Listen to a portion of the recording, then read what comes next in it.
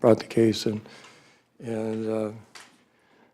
ultimately it took a couple of years to go through that process.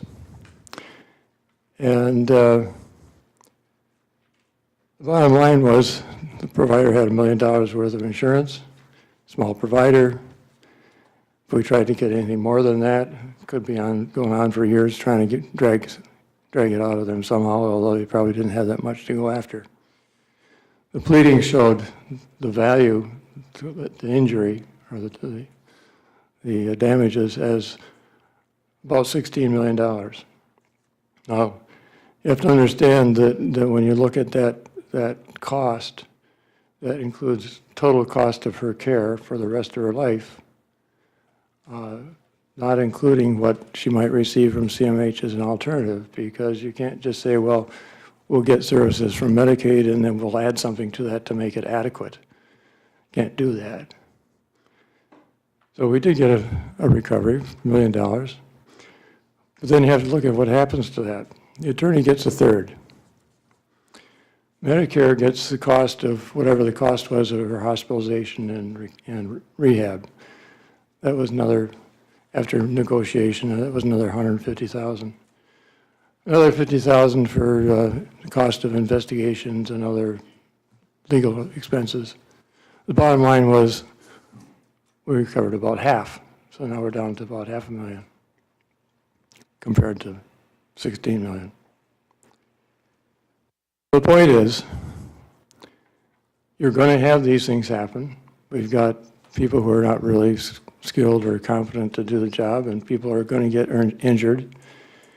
And the system ought to be prepared to deal with that with adequate funding, coverage, to respond to those kinds of lawsuits. So either the providers ought to be required to carry a lot more insurance, or OCHN ought to take the position of indemnifying those providers to say, you know, we can have a few providers that get in trouble. That doesn't mean that all providers need to have insurance, but if CMH covers the cost, then we could adequately cover whatever damages our system cause to the people we serve. That would be appropriate. But one way or another, it's a very serious concern that people who get injured should be able to recover a reasonable damages to make them at least as whole as they can be, given the fact that they're probably going to have lifetime problems. So I give that to you. You're now the direct contractor with all your direct care providers. So it's either you or them. And I think it's probably a better idea that it be you to spread that cost of insurance or whatever you deal with it across all the providers, rather than having a few providers get sued for coverage that they can't address. That's it. Thank you. Thank you, Mr. Cummings, for your comments. Would anyone else like to provide public comment at this time? And there will be another opportunity at the end of our meeting. May I have a motion to suspend the rules and approve the agenda? So moved. Moved by Ms. Newman, seconded by Ms. Respecki. Any discussion? All those in favor? Aye. Opposed? The motion carries. May I have a motion to approve the consent agenda, which includes approval of the board minutes of July 17, approval of the committee of the whole minutes of July 9th, acceptance of the CAC minutes of July 18th, and acceptance of the oversight policy board minutes of July 25th. Moved by Ms. Kucharik, seconded by Ms. Newman. Any discussion? All in favor? Aye. Opposed? The motion carries. And at this time, we're going to move right on to welcome Training and Treatment Innovations. We have a team of people here from them.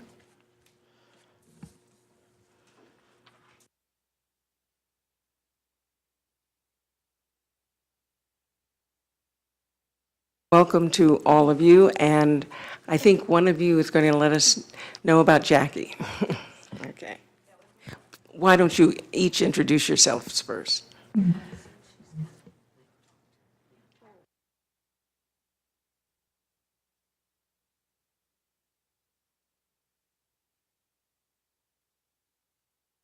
Introduce yourself. Jones, Deputy Director at TTI. And I'm April Sino, Program Manager of Autism Services at TTI. I'm Tammy Harrison. I'm taking therapy programs in Oakland County. I'm Michael Whitney. Again, welcome. Thank you, and thank you, Board, for inviting us here tonight. We're excited to be able to, Hopefully to the mic. Okay. excited to be here to present what's going on at TTI and to highlight a few of our evidence-based practices and services. Jackie Wilson was planning on being here tonight and being part of this presentation. Unfortunately, she is in the hospital recovering from emergency gallbladder surgery. She's doing fine and expects to be back to work very soon, so she won't be able to join us this evening. Oh, please, give her our best wishes for her recovery. I will do that. So I'm going to provide just a brief overview of some of the services and programs at TTI and some of the initiatives that we're working on and collaborations. And then we're really going to spend time highlighting two of our evidence-based practices, cognitive enhancement therapy and applied behavioral analysis. TTI has been in service and servicing the community for over 30 years now. At the present time, we provide service in 5 counties, and specific to Oakland County, we have 2 locations, Oxford, which is our main location, and Troy, which is our expansion site. So we're able to service both sides of the county out of those offices. We have a full array of clinical programs and services that I'm going to touch on in a moment. We also provide housing supports and services, and through our housing department, we target also veterans and their families through the SSVF program that supports and services for veterans and families.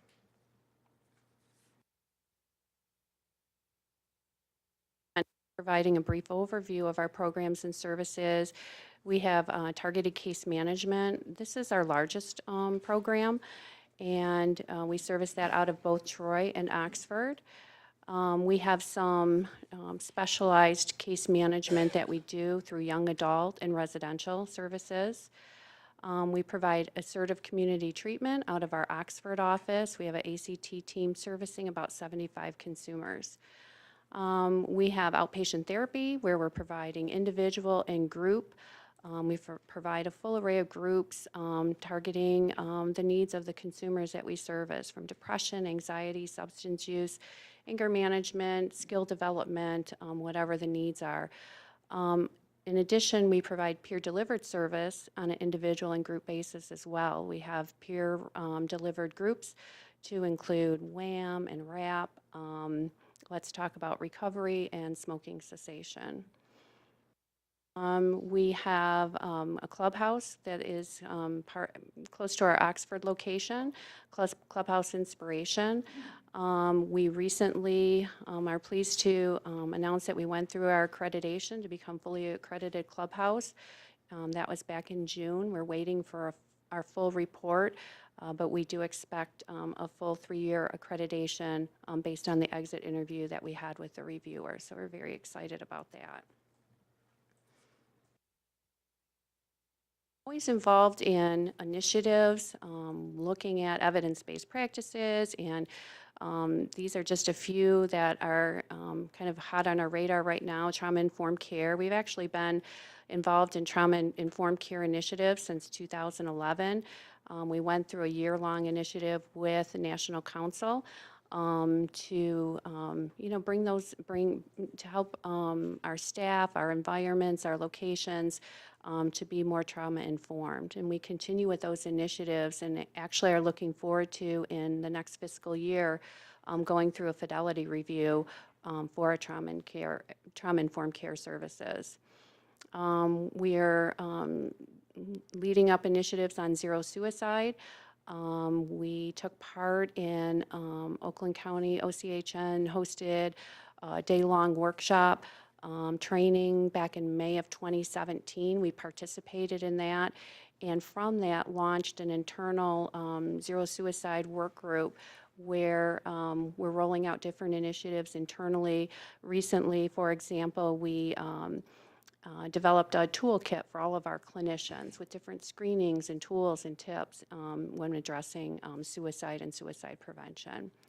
And then we're, always looking to advance our integrated care initiatives as well.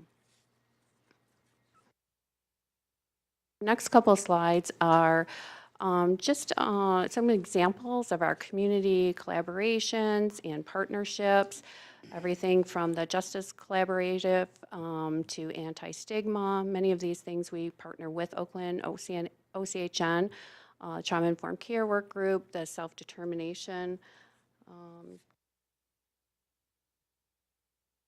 Also partner and network with our community.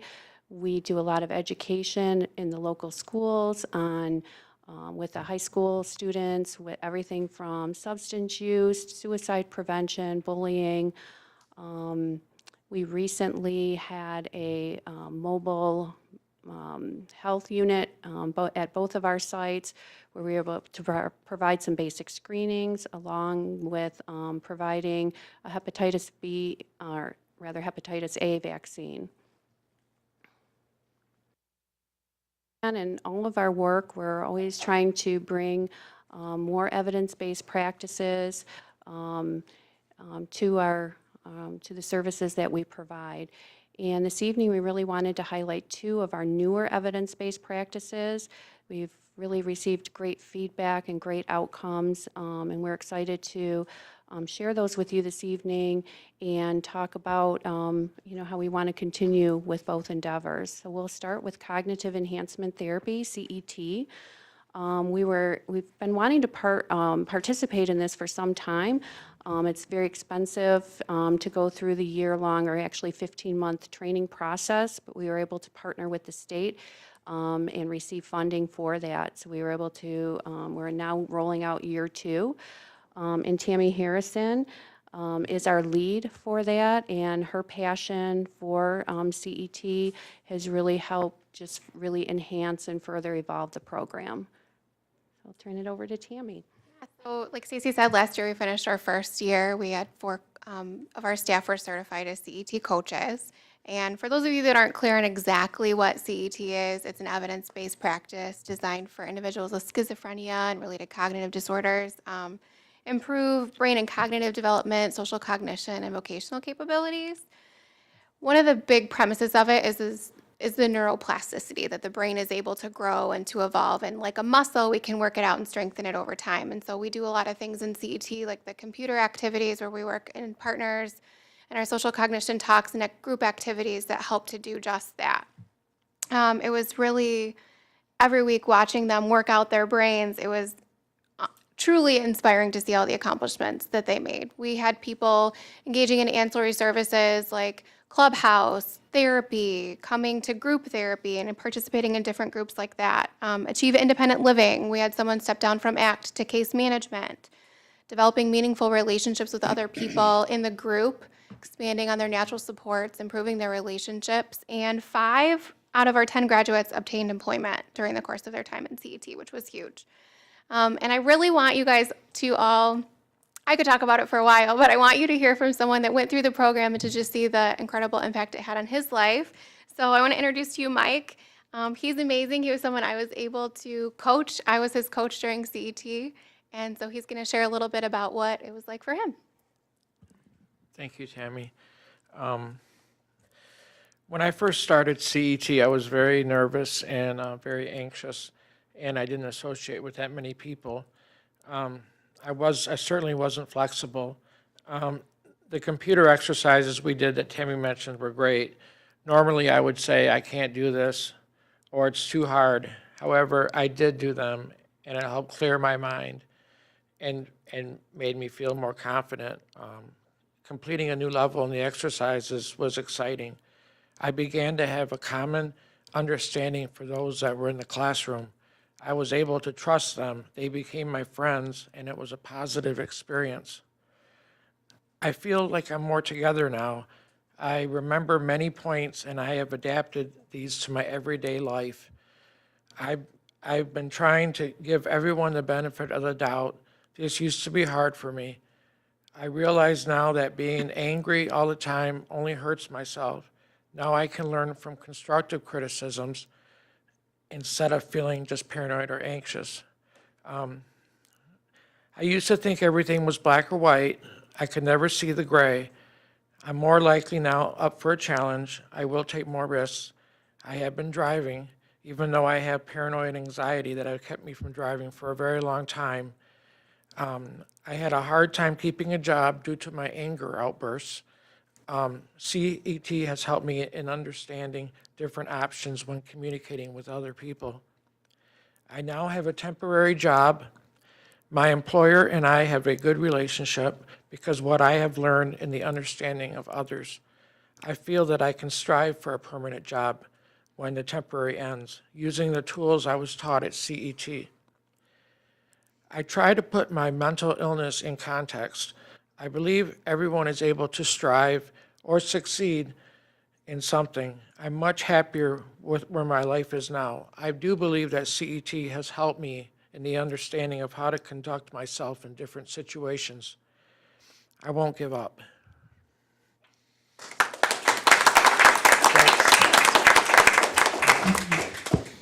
See, I told you it'd be way better to hear it from him. I can't do that justice.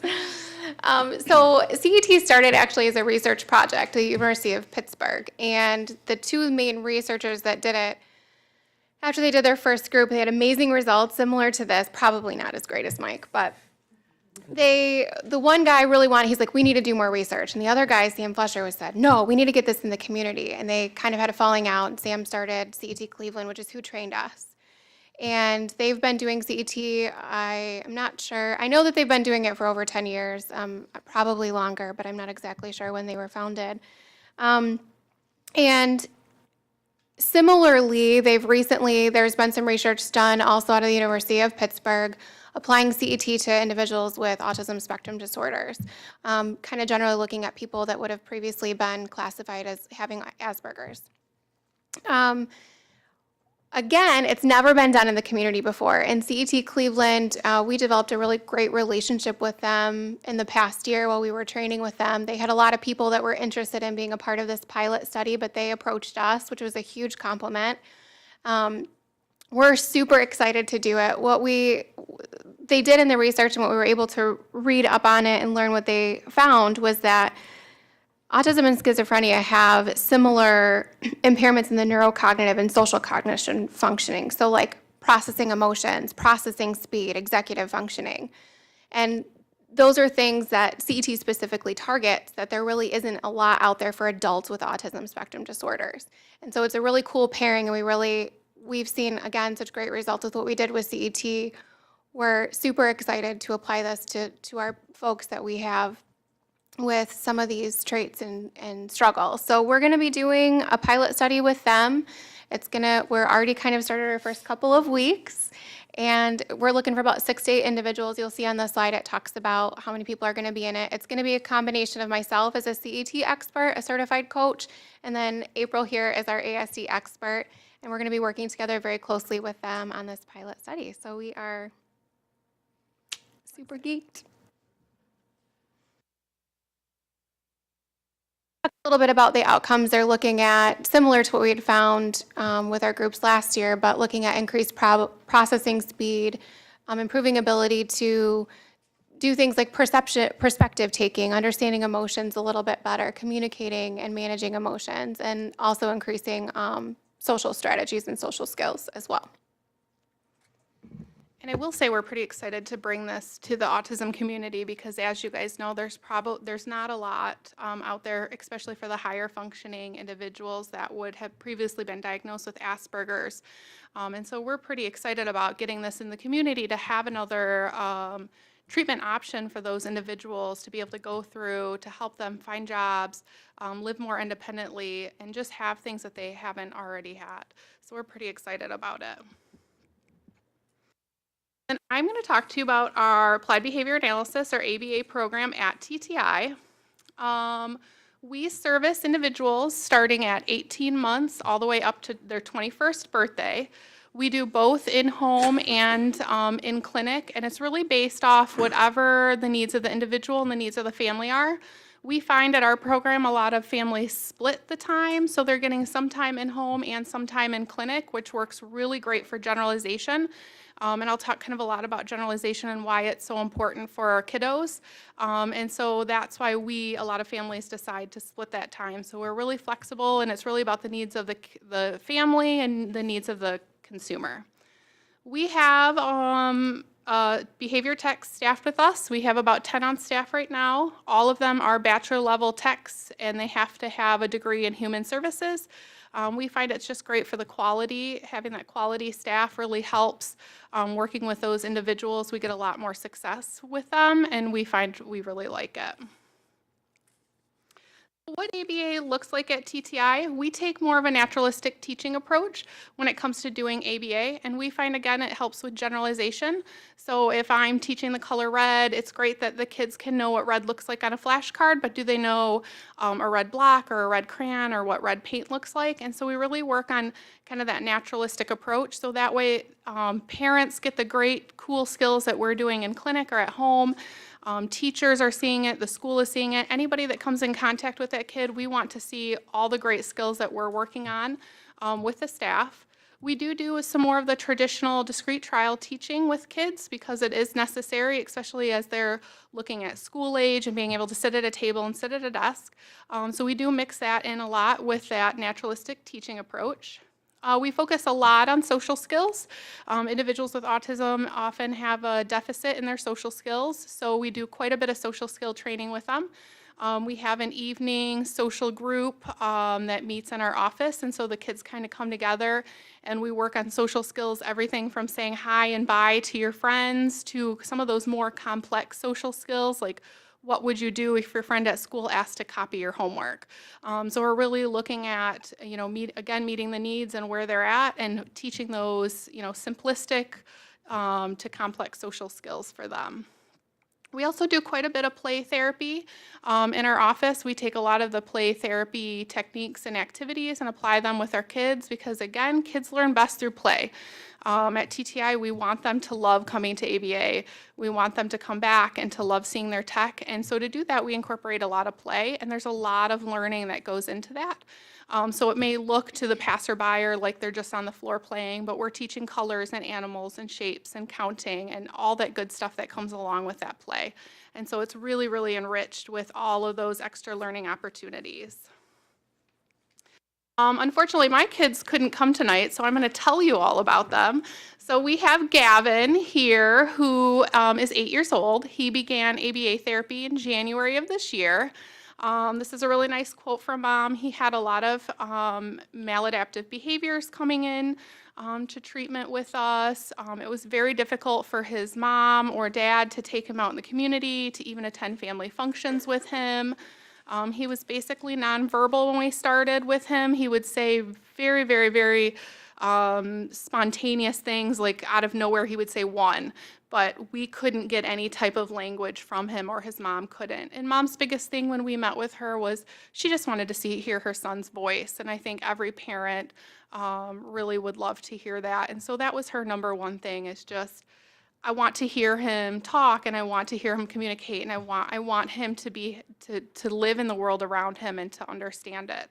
And so we really worked with him quite a bit on those play skills that he was lacking and the social skill deficits that he had and the behavior, maladaptive behavior concerns. So Gavin today is actually doing really well. He is saying 2 to 3 words pretty independently. He can say, I want ball, I want to play, I want to go to therapy. And so for the first time, Mom's hearing unscripted, spontaneous language from her son. And so it's pretty exciting for her to have this. School has noticed a huge improvement in his academics, and we just recently found out he could read, which is really exciting because we didn't even know he knew his alphabet, let alone, he's reading pretty complex books. So it was a huge development, and it's something that we just were all overjoyed about. His behaviors has been reduced thanks to the behavior plan that he's been working on with his BCBA. The BCBA has done a lot of family trainings with mom to really help them be able to cope with behaviors, and so therefore they've reduced, so they're able to go in the community, they're able to go to the park, to family events, and not worry about him running off or safety concerns. And so it's been pretty life-changing for the families. It's a really great quote from mom. She's just happy at where he is, and she likes that he likes to come in and see us. Like if you say his text name, he's like, we go to therapy. And so he gets really excited to come in and every day ask mom if it's a therapy day. And so, we're just really happy that his life is changing and her life is changing, and it's just improved the whole quality of life for both of them. I'm going to also introduce you to Jacob. Jacob began ABA in November of 2017. He was 18 years old at the time, and he has since turned 19. Jacob is a really, really great guy. He wanted an intake. I remember doing his intake, and he said to me, I just want friends. I want to make friends. I don't have any friends. And being 18 years old at that time, most 18-year-olds are out hanging out with their friends and doing cool stuff, and he didn't have any. He couldn't tell me of a single friend that he had ever had, anyone that was even friendly to him, and it was just heartbreaking for us to hear because he just so badly wanted to be part of that, especially in school. He also had some behavioral concerns. He lives in a group home, so the group home staff and mom reported a lot of behavior concerns with him. He was frequently running away. He was experimenting with some drugs, getting into some bad crowds. And so they were very concerned about that. At the time of intake, he was failing all of his classes in school. And that was mom's biggest concern, is that, he's failing everything and he's not making any progress. And so she was very concerned about that. So Jacob today loves coming to ABA. Him and his tech have a great relationship, and he has friends. And he loves his friends, and so he can come in and he can talk about his friends, which was something we really worked on. He really wouldn't say much to us unless he was prompted by staff, like, okay, say hi to Miss April, say hi to Miss Tiffany. So he's independently telling us stories now about his friends at school, which is really exciting. And just the fact that he has friends and he was able to meet with them over the summer and do stuff, and even growing closer to the individuals in his group home, he's able to go on outings with them. And he's happy, which is huge because he wasn't happy before. We're proud to say he passed every single one of his classes by the end of his time at school, and staff and him worked super hard on all of his academic skills and that homework and getting him to where he needed to be. And he, even outside of ABA, was taking some responsibility in getting his homework completed, and he started to feel a sense of pride in getting his homework done, which was something he hadn't had before. And so that was pretty exciting and pretty amazing. And when we asked him, Jacob, what do you love about ABA? And he said he loves playing ping pong with his staff, and he loves seeing Miss Jackie, and he bakes, which is great, and he loves to take it around to the office and share his baked goods with all of the staff. And the staff love him, and like, oh, Jake has cookies today, and they'll run down to the kitchen. And so he gets this really great sense of pride now that he never had before coming to ABA. And so we're, really proud of him for that and being able to take pride and ownership. And he just wants to live independently. And so we're giving him those skills to be able to do so. And so it's very, very, very exciting.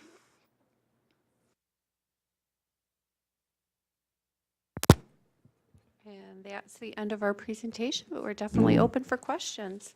First, sure, and tell Gavin and Jacob that they too received applause, okay? I will let them know. Jake will be very happy. Yeah, why don't you? You can show them the video. He wore his best clothes when we told him. I told him, we're taking pictures of you for this presentation, and he made sure to wear his Sunday best when we came in to cook, so he'll be excited. So are there questions for our panelists?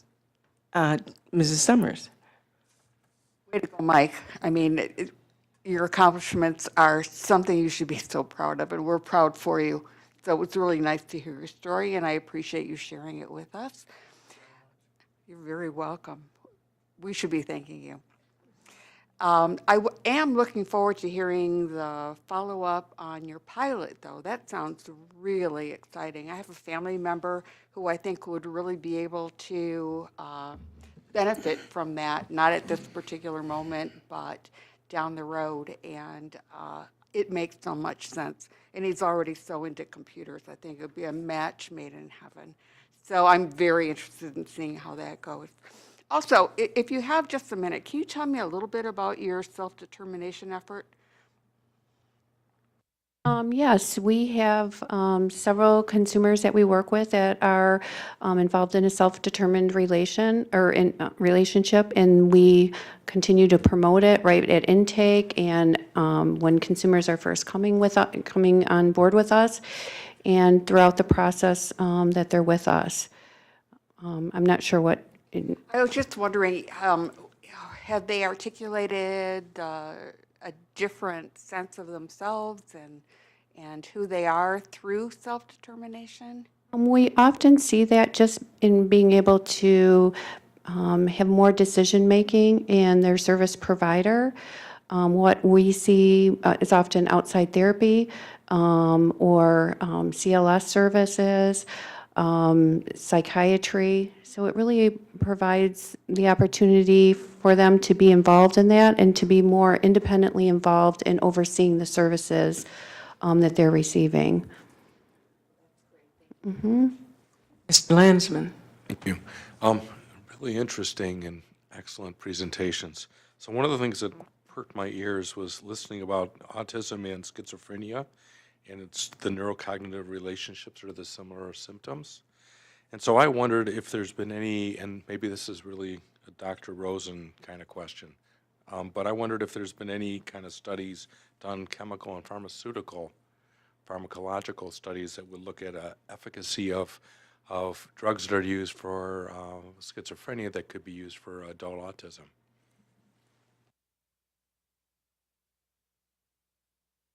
For the specifics on the research, but working with adults with autism for many years, we find a lot of times they take very similar medication that adults with schizophrenia use. So I'm not sure the specifics on the research, but I know oftentimes psychiatrists will prescribe them similar medication. Dr. Klontz and then Ms. Newman. Hi, Mike. I was very impressed when you said that you're driving now.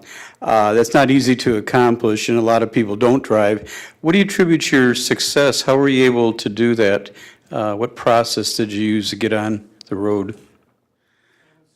It was a slow venture, to be accurate.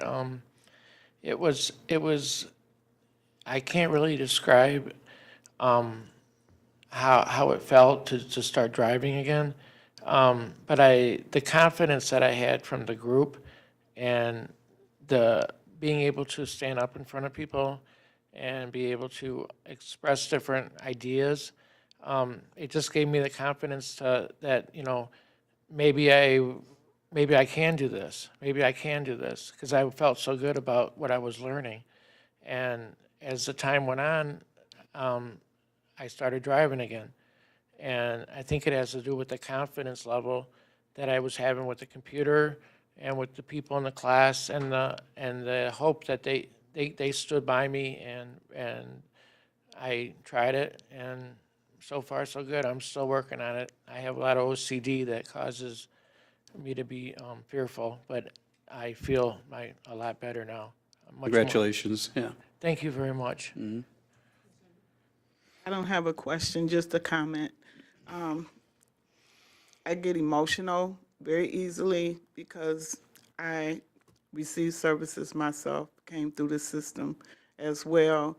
And sometimes you get tired of the advocacy part and explaining to people why you shouldn't cut our funding, but hearing the successes that you've had and knowing that there's so many more that we don't hear, it just gives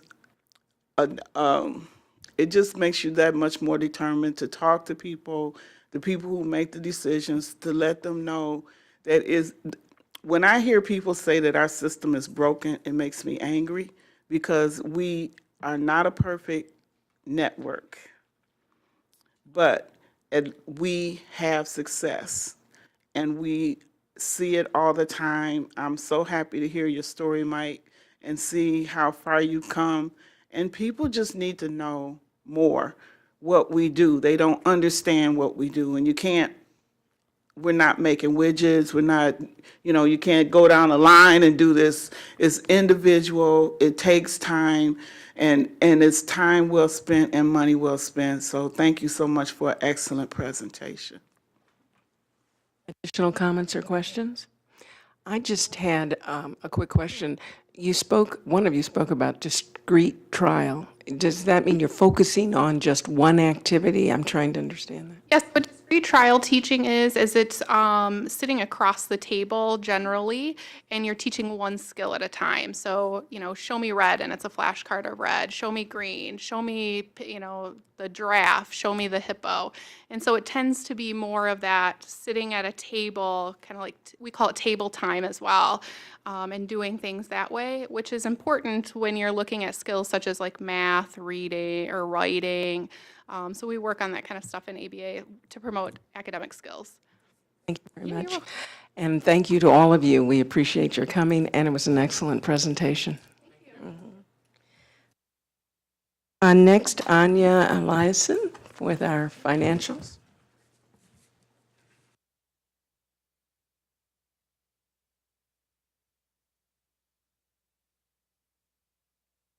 Good evening. Being the finance person after an inspiring story is just mean. But I'll do my best. Sheila's going to pull up financials. I'll give her a second before I get started.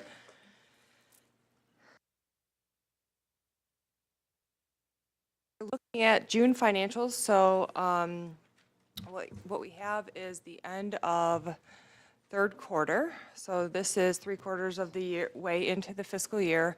So at this point, we have a pretty good idea of what the year's going to look like. We just turned in on August 15th our projection to the department for the full year that we are pretty solid on at this point. So if we go to the statement of net position, Sheila, please.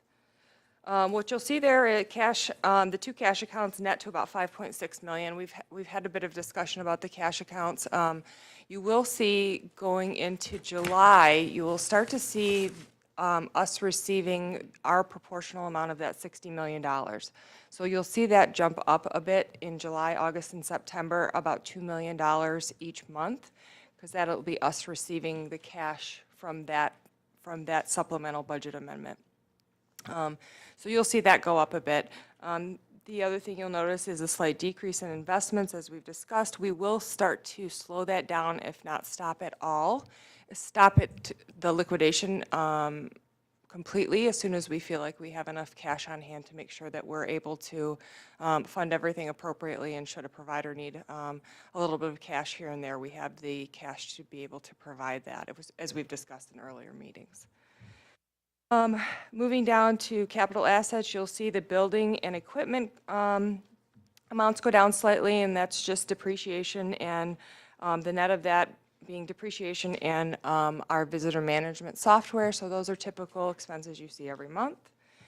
Moving down to current liabilities, you see a significant drop there in vendors and providers, accounts payable. That's just us catching up on some payments. So that is a significant use of cash this month. And then you see our mortgage note payable current year, and both the current year and long-term go down a bit, because as you're aware, we do pay a higher amount on our mortgage payment than is the minimum. And that, does anybody have any questions for the statement of net position for June? I don't see any. Moving on to revenue. So what you'll see here is a Medicaid revenue. I'm going to focus on year-to-date a little bit here. You'll see year-to-date we're off by less than 1%, but what you will notice under the current month is the continued variance on Medicaid revenue. So that's what we're seeing as the continued drop in the DAB eligibility, which we do budget for, but has continued to occur. So you can see that that is about $340,000, and then you see that offset slightly by Medicaid waiver, which is the children's waiver, and Healthy Michigan. So the net of that is about $140,000 less than what's currently budgeted, but if you see year-to-date, we're off by less than 1%. Moving down to state revenue, that's at budget. And then finally, other revenue sources. OBRA is typically a timing issue. And then SUD other, as we've talked about before, that one, we get PA2 money in 2 different chunks in the fiscal year. I believe it's January and May. So we have received both of those, but we do budget that on the 1/12 basis. So that one typically has a variance of either under a bit or over a lot. But what you can see in the year-to-date, we're just about 1% under budget for the fiscal year through 9 months. I don't see any. Finally, moving on to expenses, you'll see administration for the current month is under budget by about 19.5%. That's just a timing issue with, I think it was Blue Cross payments I talked about last month that ended up being paid prior month versus in this month. So those things fluctuate back and forth. But what you can see in the year-to-date amount is we're about 0.5% under budget in total for administration. Moving down to services, you'll see, this is the one I've talked about before, core provider adults and vocational. You'll see core provider adults is under budget both currently in the current month and for year-to-date, and that just has to do with that transition of vocational services because that happened in January primarily. It was all budgeted in core provider adults, but the expense is all hitting vocational. So that because that didn't happen on a fiscal year, you'll see that even out a bit next year. The other one you will notice is crisis and acute care. We have seen an increase in hospitalizations over the last couple of years. Primarily due to the mix of the population being served in that particular line item, what we're seeing is Medicare is picking up less of the expense. So people are either don't have Medicare as often, or they have reached their lifetime maximum number of days. So that requires us to cover a higher proportion of the days that they're being served. In addition to that, we have seen a slight uptick in utilization, and that's something that's being reviewed internally. Moving down, you'll see that healthcare integration, which is the OCHN expense, that one we pay quarterly, so you'll see that one sometimes, like in this current month, does not have any expense, and that's just because we pay it quarterly, so you'll see it's a timing issue again.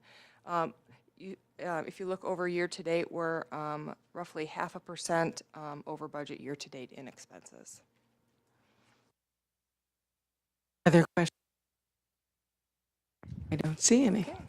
Does that conclude your report? That's it for All right. financials. Oh, you didn't get away. Mr. Lansman. Anya, thank you for the latest financials on this. I was looking at our ratio, the current ratio, and I see that our numbers are getting better. So is that where we're having more cash on hand? We'll start to see that going in the last quarter of the month is that we will have more cash on hand as we start to receive those payments that we've been obviously needing over the full fiscal year, but we'll start to offset, so we'll get it all in this last quarter.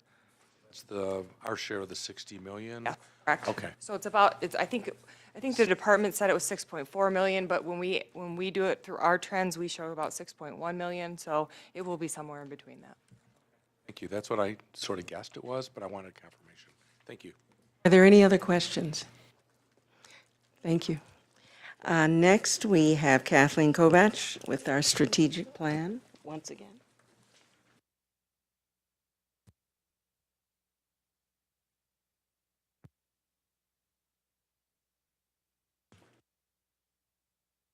Good evening. Good evening. At the last board meeting, there was a request by the board to have an opportunity to provide additional input into the strategic plan. So we sent out a survey and got some additional comments from a number of board members. And I also had the opportunity to sit with many of you at a study session last month to talk more in depth about the strategic plan. So I do thank you for that opportunity and for the additional input.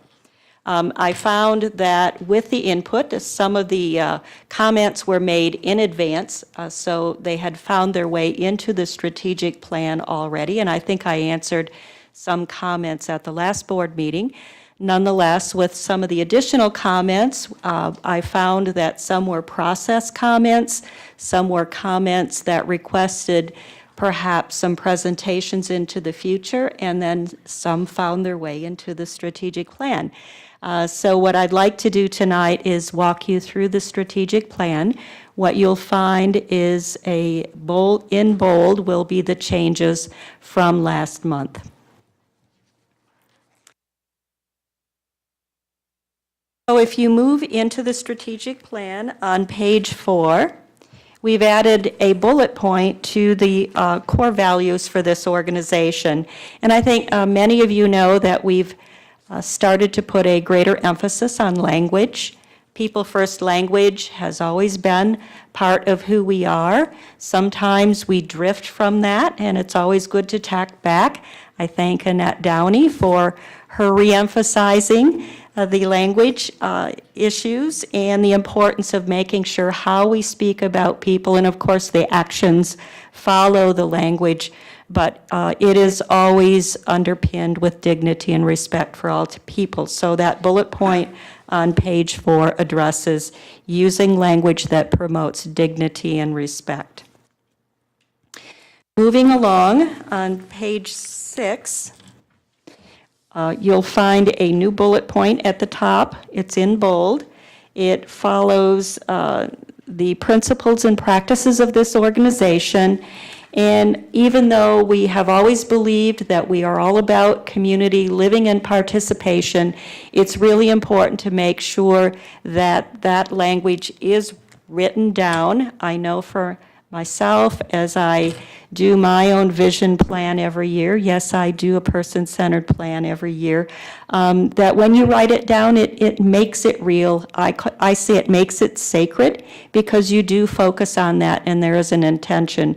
So we have a bullet point that says service provision. We believe in service provision that advances community participation and belonging, not just presence, but actually connecting with one's community and belonging in one's community. So that's what we believe in. The next bullet point has a small phrase that it includes, we believe in community engagement and collaboration. I know there were some comments that wanted to make sure we stepped up our collaborative efforts in our Oakland County community and certainly in the metro region. We don't exist in a vacuum, and it's important for all of us to marshal our resources, our human and financial resources, our advocacy resources, so that we're all moving in the same direction on behalf of people. Next edition is on page 8. And it's under self-determination, and there was a comment that said, gee, it looks like you're focusing only on self-determination for adults with mental illness and youth with serious emotional disturbance. We know that we need to pick that up, but we certainly don't want to leave behind people with intellectual and developmental disabilities and people with substance use. So it includes all people, but what we have now is a comma especially for people with mental illness, because we would like to see, as a matter of fact, you'll find as we are constructing the annual plan for next year, we have a focus on increasing the number of people in self-determination across all population groups. Next bold points you'll find are on page 9. Put my glasses on to make sure I'm on the right page here. This is under budget planning and implementation, and there was a recommendation by a board member to make sure that we talk not only about budgeting, but strategies around our financial risk. And many of you know that we do have an annual financial risk plan that is developed, that is required per our PIHP, Prepaid Inpatient Health Plan contract with the department, so that is submitted every year. I went back and I saw that it was shared with the board in February. I believe I still owe you another copy of that because at the board study session, there was a request to resend that, and I'll make sure I get that out to you. But if you're looking for it in advance, you'll find it in the February packet as it was presented earlier this year. And I believe, if I'm not mistaken, those are the written changes that have been made to the strategic plan. I am seeking board approval for the strategic plan at this board session. Well, first, thank you to you and your team. I know a lot of work goes into developing the strategic plan, and we appreciate the opportunity to contribute as well as the public and advocates. So are there any questions before I ask for a motion? Not a question. Well, go ahead, Dr. Hahn. No? Ms. Newman, go ahead, please. Okay. Thank you, Kathleen, for accommodating us. It was important to me that we had some input on this, so thank you. Publicly, thank you. And I thank you. You're welcome. Dr. Hahn? Yes, thank you for the strategic plan, which we also reviewed in detail at the study session, so thank you again. My question is, it's probably somewhere in the strategic plan, but last week there was a CDC report that just recently came out that opioid overdose deaths have increased over the last 3 years. This year it went up by from about 67,000 to 74,000, roughly around that. And I hope that particular problem is somewhere in our strategic plan. Actually, I have to go back. I apologize. I missed a line on page 2. I did add to the forces of change a last bullet, and it addresses national trends in suicide, opioid use, and gun violence. That was a comment. I apologize for not addressing that earlier, but I think it's important for you to know that as we push forth the draft annual plan, you will see a specific objective around opioid use and treatment and prevention around that. Mr. Landsman? Thank you. And thank you for taking the time to go through and make the additional revisions, comparing it with some of the, getting input from both us as well as Annette. So one of the areas, I don't think I was the one suggesting or asking for the financial risk. Maybe I was. But I'm glad we're taking it seriously in the plan. I know it's required for all PIHPs, but then I also look at what was going on in LRE, the Lakeshore folks, on the west side of the state. So it really is an important aspect to our operation. No money, no mission, so to speak. So thank you for making sure that it was highlighted this year, or for the next 3 years. May I have a motion to approve the strategic plan? Yes, I'd like to make that motion to approve the 3-year strategic plan. Is there a second? Second. It's been moved by Mr. Landsman, seconded by Ms. Respecki. Is there any further discussion or questions? Then may I have a roll call vote? Yeah. Yes. Ms. Raspecki? Yes. Dr. Arrington? Yes. Ms. Newman? Yes. Dr. Taub? Yes. Dr. Klotz? Yes. Ms. Schulman? Yes. Mr. Rubin? Ms. Kucharik? Yes. Mr. Land? And the motion passes. Thank you very much, Kathleen. Thank you very much. I'd like to just take this opportunity to once again thank you for all of your input, and certainly thanks to people we support, family members, advocates, and the public for providing input to this strategic plan. I might also take this time to indicate that next week there is a town hall meeting on the FY19 annual plan and budget. So we are at the end of August. It's important to present that. You will be getting your copy of that draft annual plan and budget this week to look at, and certainly there will be a brief presentation at the Committee of the Whole before approval of that plan is requested in September. You really don't get a break ever, do you? It's the job.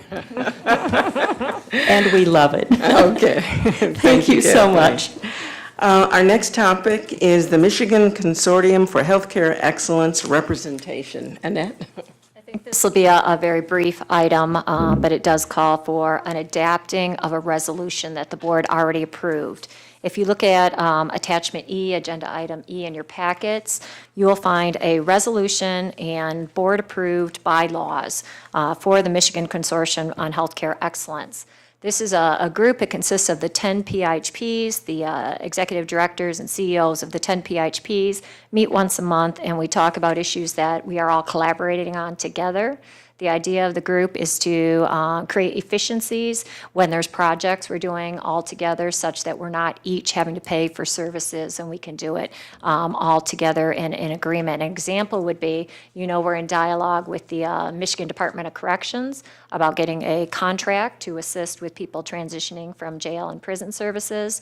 And we have hired a consultant through this consortium that is doing the negotiation with the Department of Corrections on behalf of all the PIHPs. So it creates efficiencies in that we're not all having to consult legal teams for contracts, and the communication and collaboration is being coordinated by one person.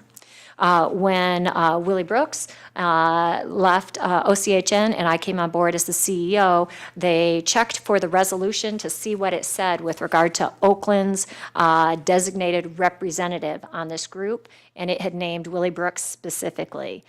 So what they suggested is that the board just update the resolution. They needed it signed off. There was discussion, it could name me personally, or it could just say OCHN CEO. That way, it's saying whoever's in the leadership role. Not that I plan on going anywhere. I don't want to make anyone nervous about that, but we figured if we just had it say CEO, then the change would be on file with the consortium and can be indefinitely. So you have the resolution in front of you. It would be just taking out Willie's name, putting in CEO. The only other change is that the reference to OCCHA has been changed to the Oakland Community Health Network, a name change. So what they're asking for is the board certify that you are adopting this change to the resolution so that I can become a voting member on the Michigan Consortium for Healthcare Excellence. So may I have a motion to approve the changes to this resolution? Move. Is there a second? Okay, it's been moved by Dr. Taub, seconded by Ms. Kucharik. Are there any questions? Further discussion? All in favor? Aye. Opposed? The motion carries. Thank you. Okay. Next, moving on, we have Christine Burke and Suzanne Weinert, and the National Recovery Month proclamation.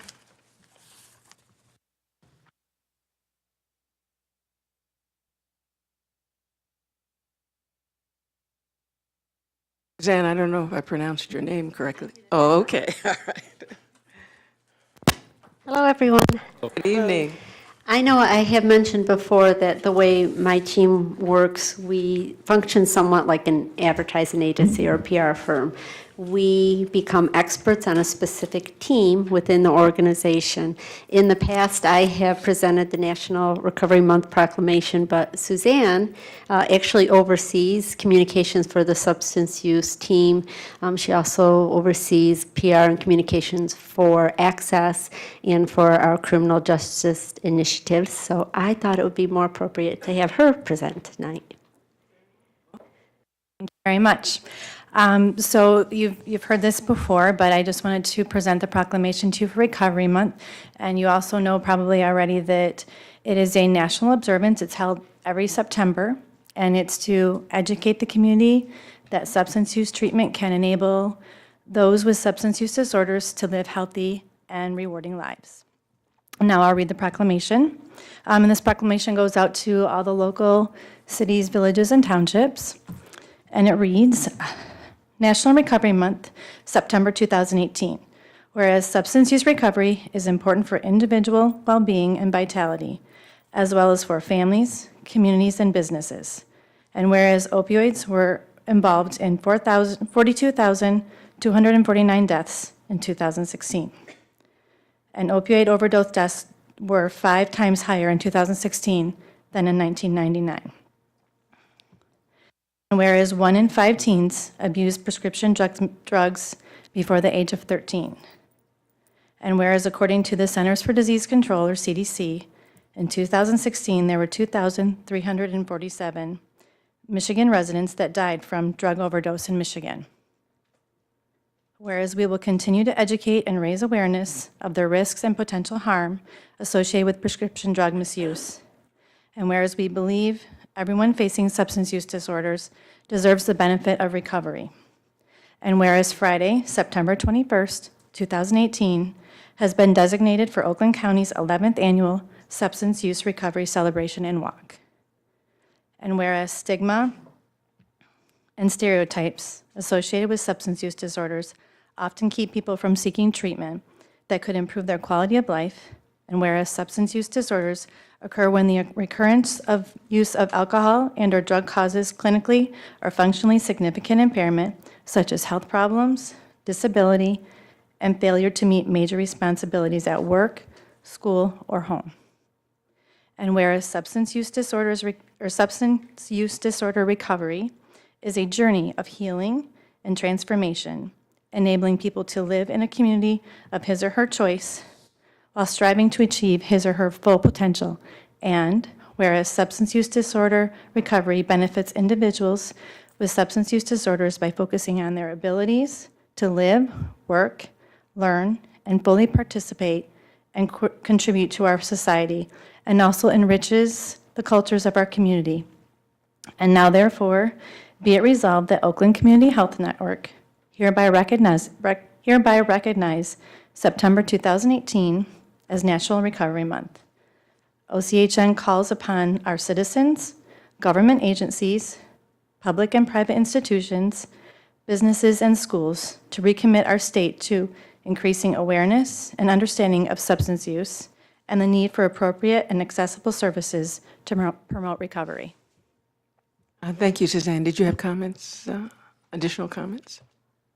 Wanted to add, as September is also Suicide Prevention Awareness Month, we have a series of activities planned for our staff and for our community and the network to engage in prevention of suicides for all Oakland County residents. And we'll be sharing those with the board. It includes a lot of social media, myths and facts about suicide prevention, and making sure that people wear purple and turquoise on September 10th, which is National Suicide Awareness Day.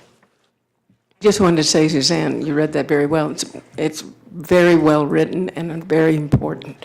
So thank you. Yes, Dr. Tom. I'm probably the last person to correct anybody's spelling or grammar, and which is pointed out to me daily by my wife, who's a former school teacher. But in the 1, 2, 3, 4, 5, whereas everyone sounds like a plural word, but it's a singular word, so it should read, everyone facing substance use disorder deserves. I believe, somebody correct me if I'm wrong, but.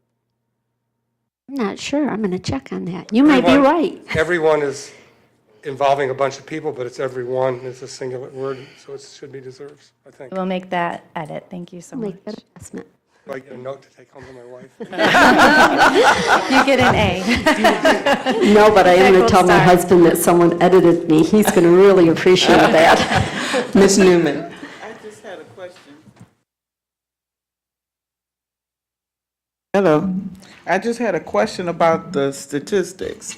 I don't remember last year, but did we use statistics that were more than a year old in the last year? Or is there a particular reason why we're using 16 instead of 17 in this? Most often, data is about a year out.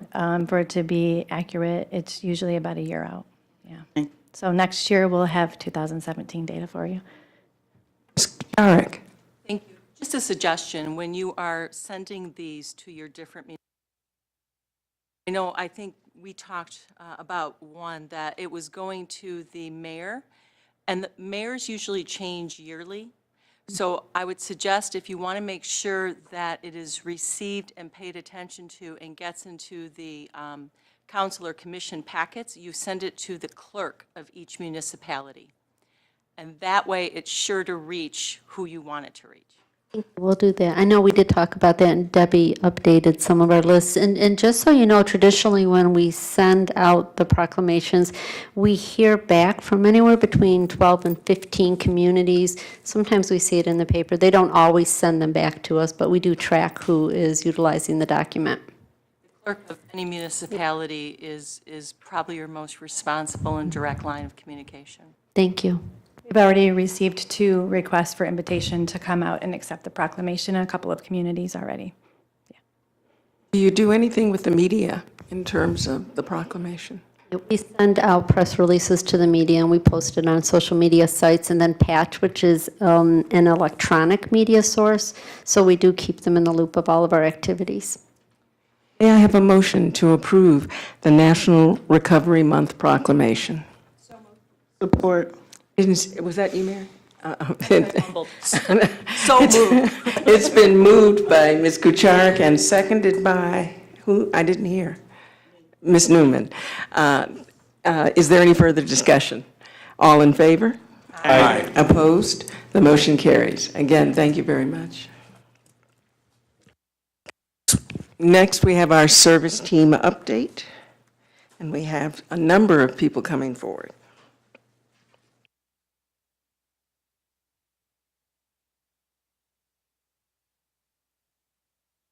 Oh, you're not going anywhere. I'm going to scoot over, though. Okay. So we have Jillian, Nicole, Anya, and Christine. Okay. Welcome. Thank you. I'm going to start by saying I mentioned to Kathleen I was doing some research on previous presentations we've done about value-based service models, and it's hard to believe, but the first or last one we did was a year ago this month. Jillian and Anya presented. And I was comparing the presentations, and last year we talked about the purpose in assuring consistency and moving from quantity to quality and following federal guidelines.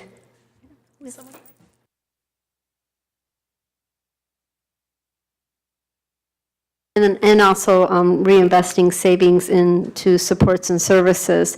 And part of that presentation was the Assertive Community Treatment Act. And I know that model was implemented in January 2017, and it addresses the whole health of a person. And a lot of that has been covered, not only at this board, for this board, but also for the Board of Commissioners, and as well as other community members.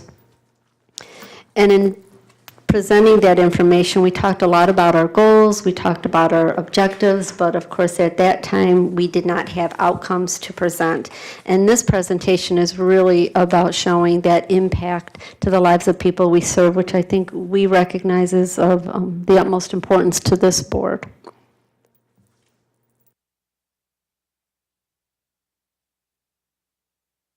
Good evening. So as Christine noted, we have 1 year worth of information related to the Assertive Community Treatment Service Model. So what we wanted to do was give the board and the community an update on some of the outcomes that we've seen as a result of that first year of implementation, as well as some of the areas where we're going to continue to focus over the next year and into the future. So the first one I wanted to address was our psychiatric inpatient admission. And for this particular area, OCHN already had one of the lowest hospitalization rates in the state. So prior to the implementation of this service model, we were already one of the lowest in the state. We implemented an incentive that said for anybody who's receiving ACT services, 5% or below of individuals being admitted to psychiatric inpatient, there would be the opportunity to earn an incentive. The reason for that is really what we're hoping is that when the ACT team is working with individuals who receive services, they're very engaged with the individual, they're seeing them on a regular basis, that they're the first point of contact if the individual feels he or she is experiencing a crisis. So prior to the implementation of the model, there was 5.5% of ACT recipients who had had an inpatient psychiatric admission. So that's the network average of the 3 core providers who provide that service. The result of fiscal year 17, 2.7% of ACT recipients had an inpatient psychiatric admission.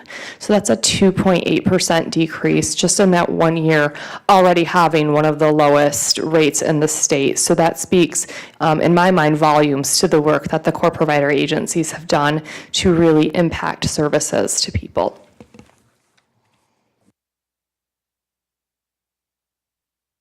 The next slide goes somewhat hand in hand with psychiatric inpatient, and this is crisis center contacts. So for this part of the service model, there was an incentive that crisis contacts, 25% or less of individuals receiving ACT services would have a crisis center contact. Now, certainly we want individuals to utilize the crisis center as needed if they're in crisis. That's certainly the purpose. But again, that goal is for the ACT team to be the first line of communication in a crisis.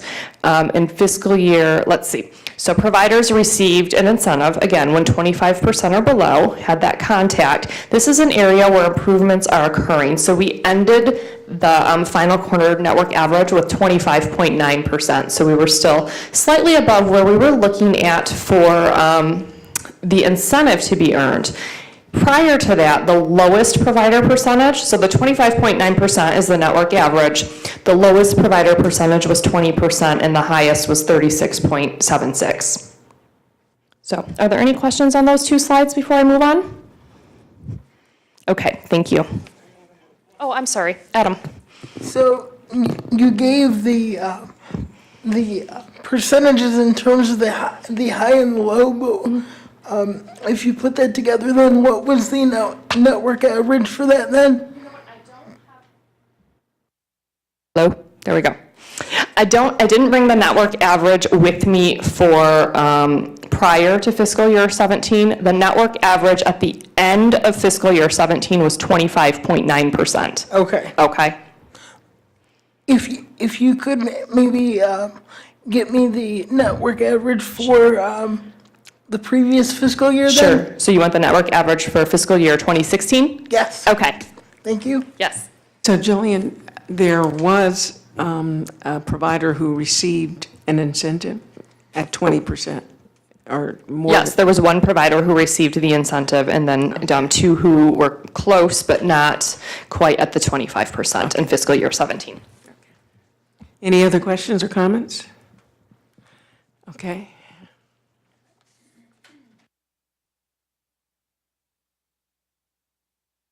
The next slide I'm going to cover is emergency department admissions, and this is an area where we're continuing to focus on improvement. So the goal for fiscal year 17 was 18% or lower earns the full incentive. So 18% of ACT recipients or less having an emergency department admission.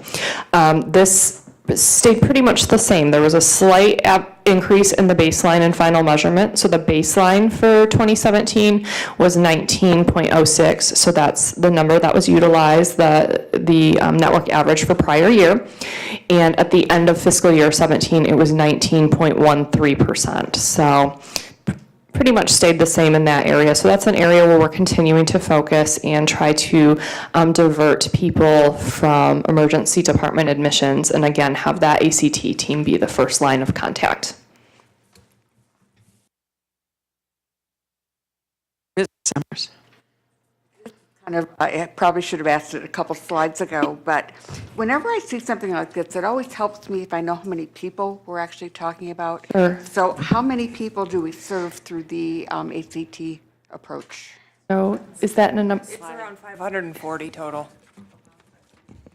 Thank you. It fluctuated over the 2 fiscal years, is why I said 540. It does always mean a little bit more to me Yes. when I see the actual numbers Yeah, of people. no, that's a good point, and I probably should have started the presentation with a little bit of an overview of ACT being our most intensive service for adults with mental illness. So it is a very intense, very beneficial service. The percentages will make a little more sense to me. That is a good point, and an important reminder for us that not everybody always knows what we're talking about. So thank you. right, and so moving right along, the next slide I'm going to cover is psychiatric inpatient readmission. So what we're looking at here is for individuals who are discharged from a psychiatric admission, that there is not a readmission within 30 days. So the goal was 3% or below will earn the incentive. So 3% or less of people who had been admitted to a psychiatric inpatient were readmitted within 30 days. Again, we certainly want people who are discharged from the hospital to be able to be fully engaged with their case manager, with their ACT team, that there's solid discharge planning that's happening, and that when individuals are discharged from a psychiatric inpatient hospitalization, that services and supports are wrapped around them to the extent possible. So 0.73% of ACT recipients who had a psychiatric inpatient admission required readmission. So that's a 1.27% decrease from 2%. And just to kind of keep in mind that the 2% readmission, again, falls very low. So Oakland has a very low hospitalization rate. We have a very low readmission rate. And again, the work that ACT teams and the core providers have done to continue to decrease the readmission is really to be commended.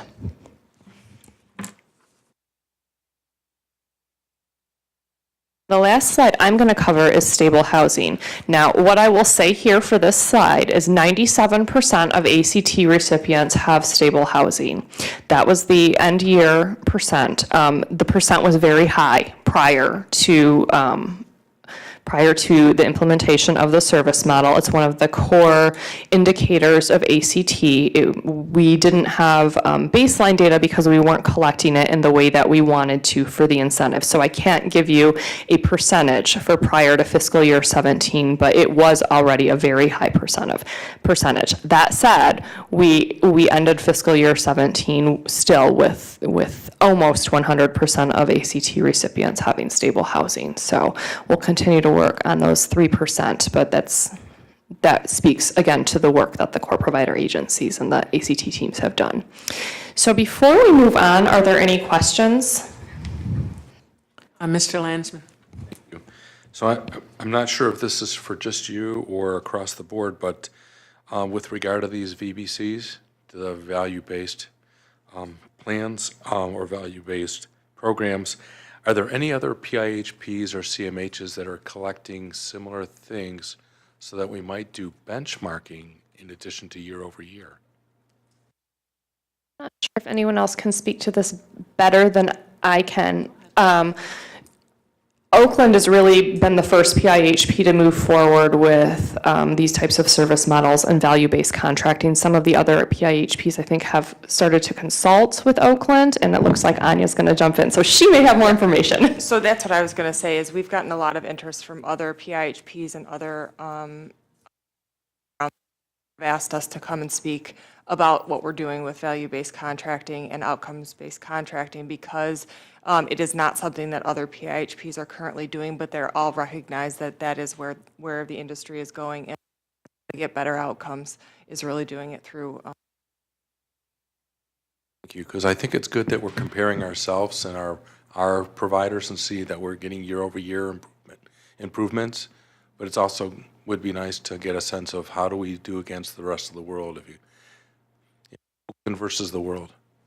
We are presenting in December at a conference on our service models and some of what we're doing. So we're certainly willing to share information and partner and collaborate with other PIHPs.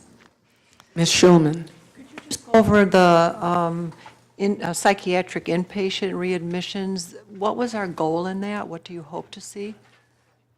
Back up, please.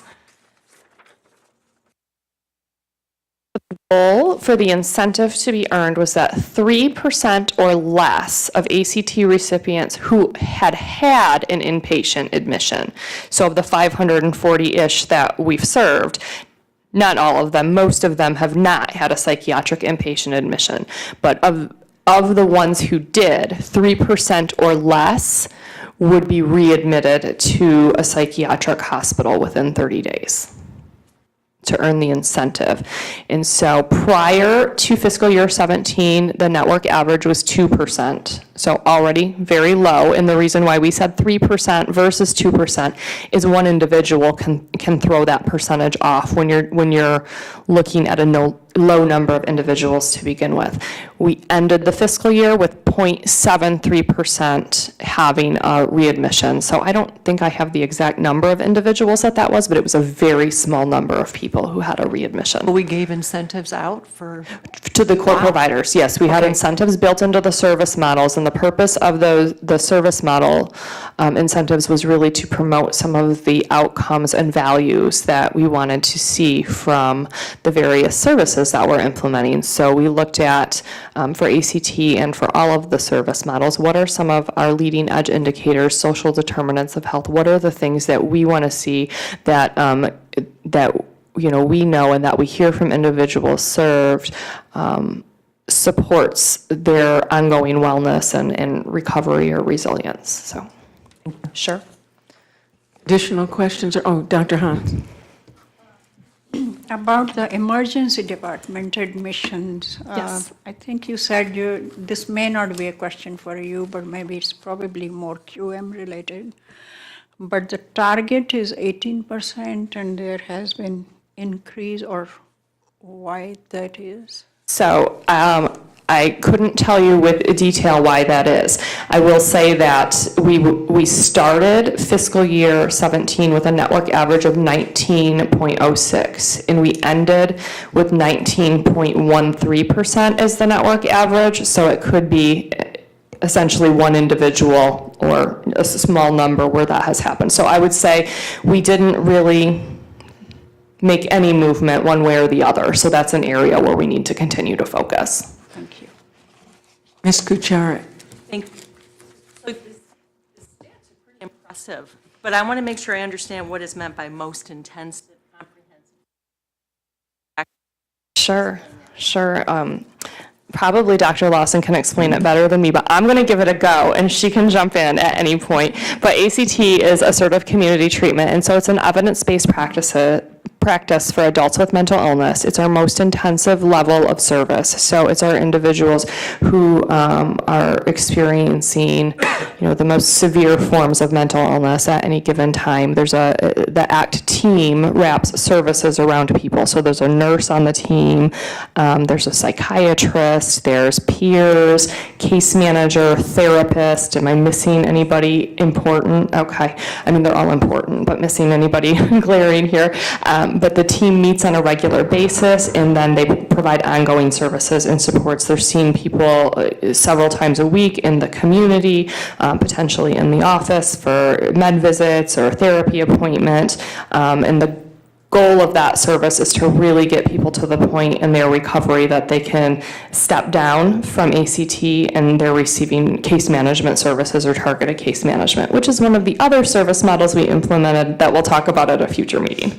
And how did these people come to you, to the team? To the ACT team, they have a certain level of care, so they have to be a locus level of care 4 or above, which is an assessment tool that's utilized to determine the severity. They have to have a certain, multiple functional impairments at any given time as a result of their psychiatric illness. No questions Did I or do okay, comments? Dr. Lawson? Okay. Any additional questions or comments? Okay, so I'm going to go ahead and turn it over to Dr. Lawson right now. She has the other portion of the slides related to some of our outcomes, and then we're going to talk a little bit about finance at the end. Thank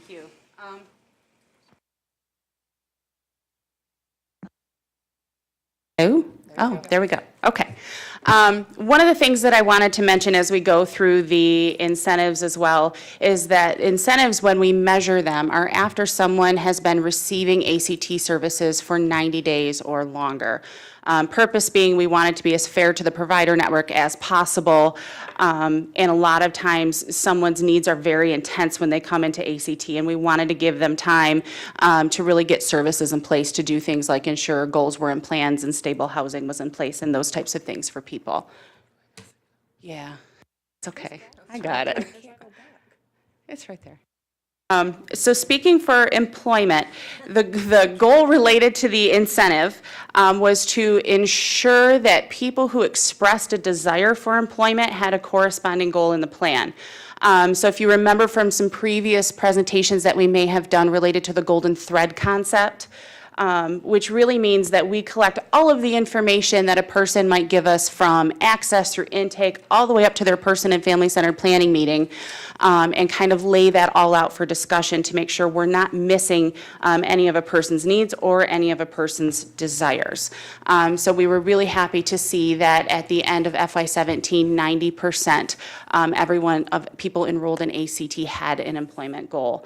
And we have just a couple of bullet points there that we really use to support our value that we place on employment, and the value that it adds to a person's life when they have that goal and they start making those strides.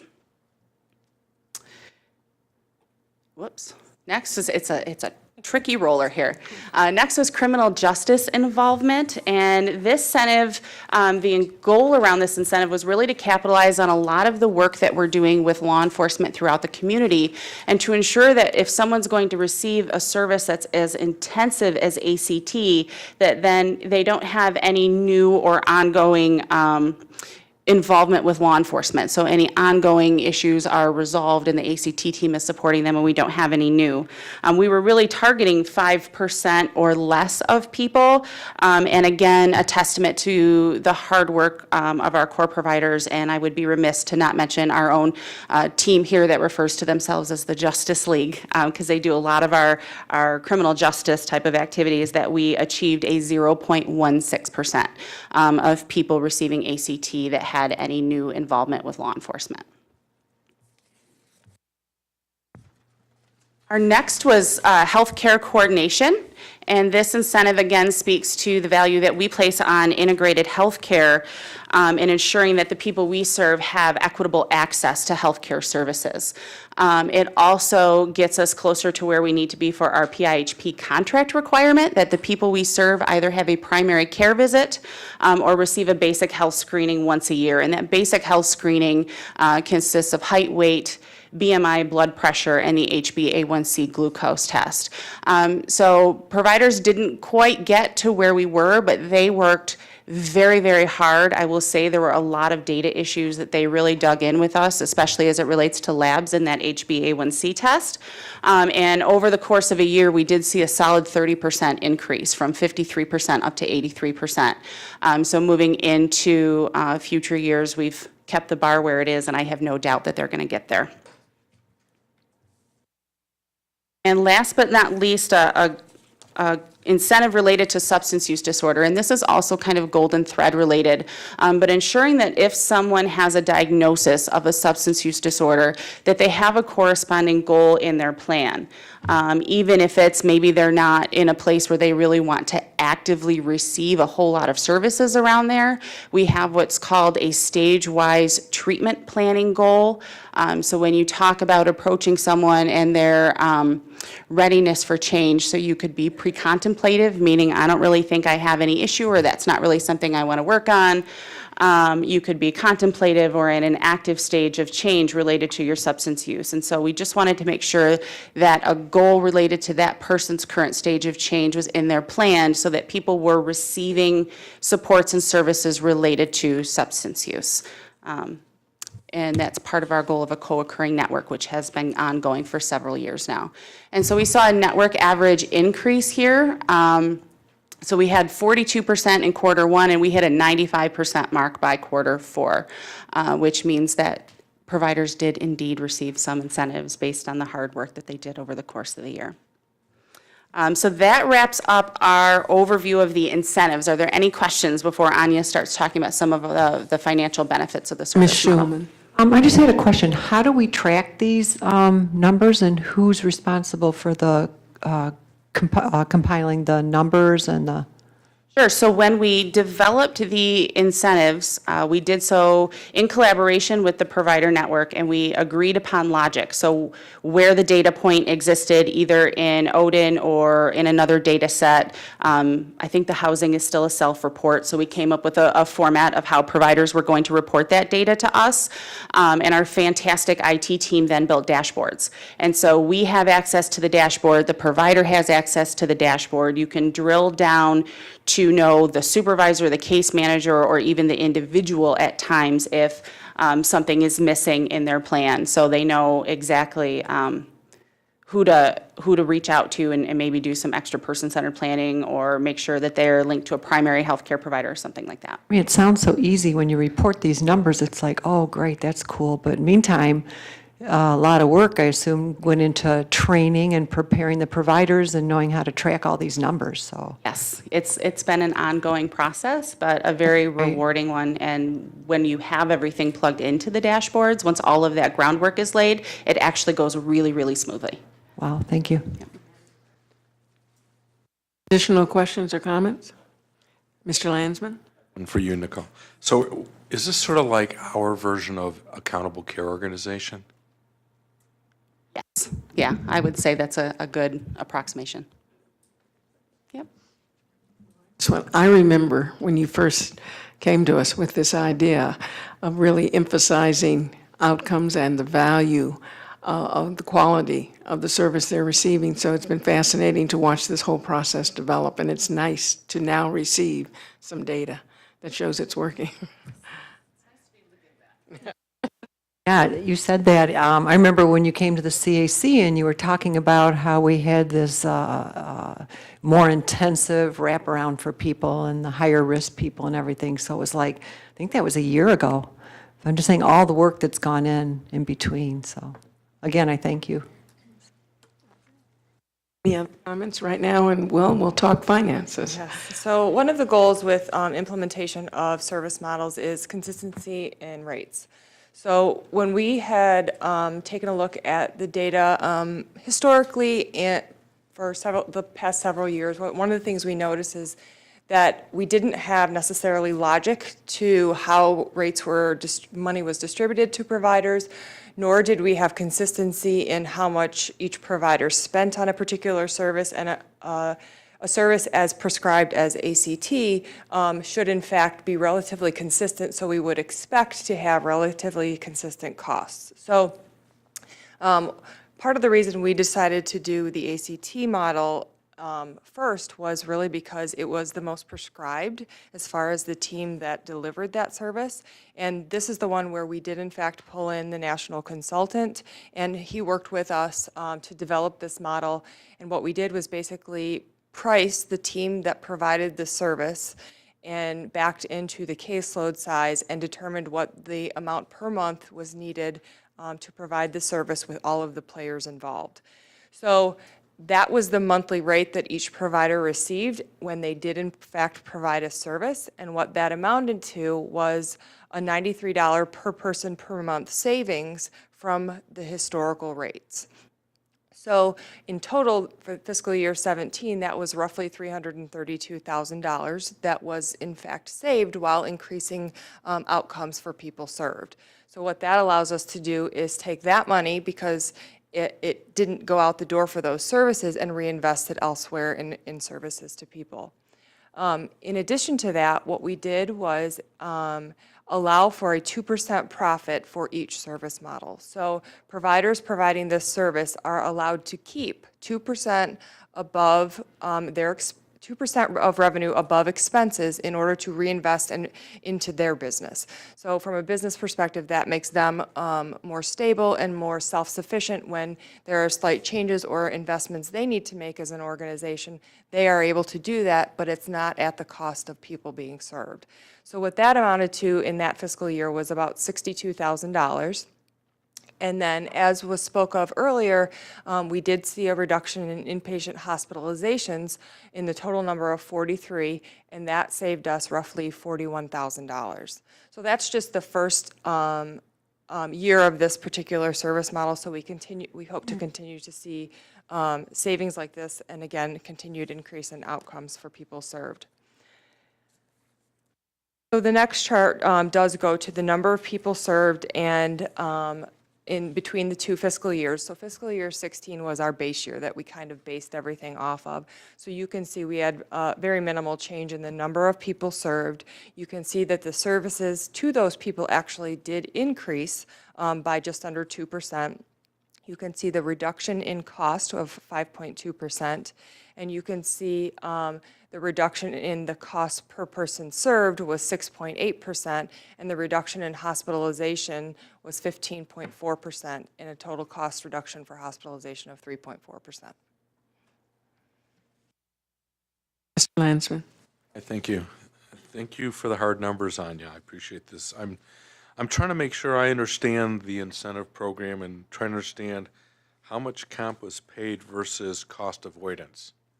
Because usually that's why you're trying to put in place these plans and incentives so that you comp them a small amount because they've done a really good job and we've avoided a larger cost. So if I'm understanding the service model results on the prior slide, we reduced expenses, so we had a $41,000 cost avoidance, but we paid incentives of $61,000. Okay. From a cost avoidance perspective, I would call it savings or reduction in the amount of expense. $332,000 would be the amount from the prior year expense, was the reduction, but that also includes the $61,000 in profit that the providers were able to keep and reinvest into their businesses. In addition to that, we had a $41,000 savings in hospitalization. So the total amount of incentives, which is outside of this, if they earned all incentives for the entire fiscal year, I believe the total was $30,000. None of them received all incentives for the entire year, so their amounts were less than that.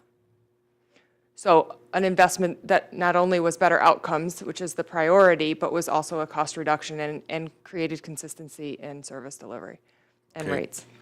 So if they'd gotten their full comp, and I just want to make sure I understand the logic, and I know this isn't accurate on on that slide that's up.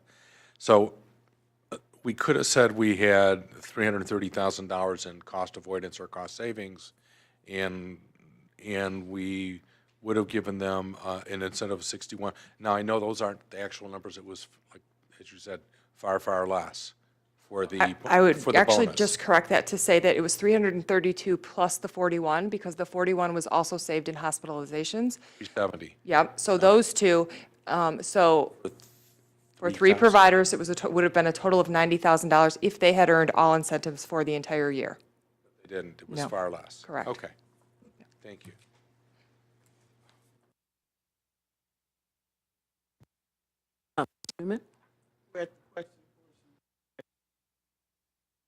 Thank you. Well, did that conclude your presentation? Let me I was ask. waiting for Okay, Ms. Newman. Thank you. Thank you for the presentation. Thank you for the data. I guess the questions that I have don't have anything to do with with this data. Because I asked early on, were you tracking the human cost, what it's costing the providers to provide the service the way that you're asking them to do it now? One thing that comes to mind is staff turnover. Are you tracking turnover at the agencies to see, because that's a cost. If people are not staying, you're having new people come in, you have to train those people. So my question is, are you tracking those kind of things along with the data that you provided to us tonight? We do to some degree in that shows up in the total expense that is reported to us. So if we were to see costs go up and the expense go higher, and ultimately that would mean that the providers would take a loss if that were to be significant, that we would see. But we try to keep a fair, good line in that is the provider business versus what is considered our business for co-employment issues and things like that. We wouldn't necessarily have them report to us their level of turnover unless we saw some sort of issue, and it might be more problem-solving approach as opposed to tell us what you're doing wrong that so many people are leaving kind of approach. We would see it ultimately in the numbers because it would make costs go up if they had a lot of turnover. But as far as the business aspect of it, that's really a provider internal number that we don't necessarily ask for. I'm wondering, how can you accurately assess what it costs them to do business? I guess is my question.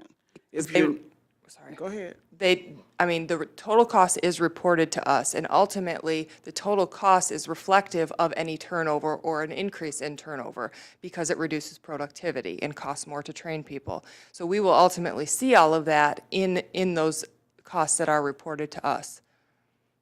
So are you saying you're not seeing an increase in expenses over this year? Fiscal year 17, no, it was a decrease in expenses. Every provider made a profit in fiscal year 17. Additional questions or comments? Well, okay. Thank you very much for your presentation. Okay. Next, we have a series of reports, starting with Mr. Landsman. No, do you have a recipient rights? Okay. This month. The Recipient Rights Advisory Committee met on August 2nd at 5:30. The facilitator was Nicole Gittleman. Jean Fender was, who's the manager of the ORR, was our representative from OCHN. I was there from the board, but she reported that the organization is getting ready for the week-long on-site visit from the DHHS. It's scheduled for the third week in September, so in about a month from now. So they've been working on making sure all of the policies have been reviewed and updated. That's been done. Now they're in the process of converting data and reports from the core providers and trying to aggregate that data, because when you've got an on-site review, what they're looking at is not just if you have policies in place, but also do you have practices, and do you have any data that backs up the fact that you're actually practicing to the policies you have in place. So proof, because they're a bit skeptical. It's just how it is. And one of the challenges they have is data coming in from the various cores. Providers are in different formats, so it does make it hard to aggregate the data. Some of it comes in Word, some comes in Excel, et cetera. So they're working on that. So again, they're trying to put that together so they have the proof that our practices are being followed. I'm sorry, our policies are being followed with practice. So there's a statewide recipient rights conference scheduled for September 11th through the 14th. That's up at Shanty Creek. Some number of our RRAC members will be attending. On that same note, we do have one member at large opening on the RRAC. So if anyone knows anyone out there who is interested in being on the Recipient Rights Advisory Committee, please let Vicki Suter know. We don't like openings on our committee.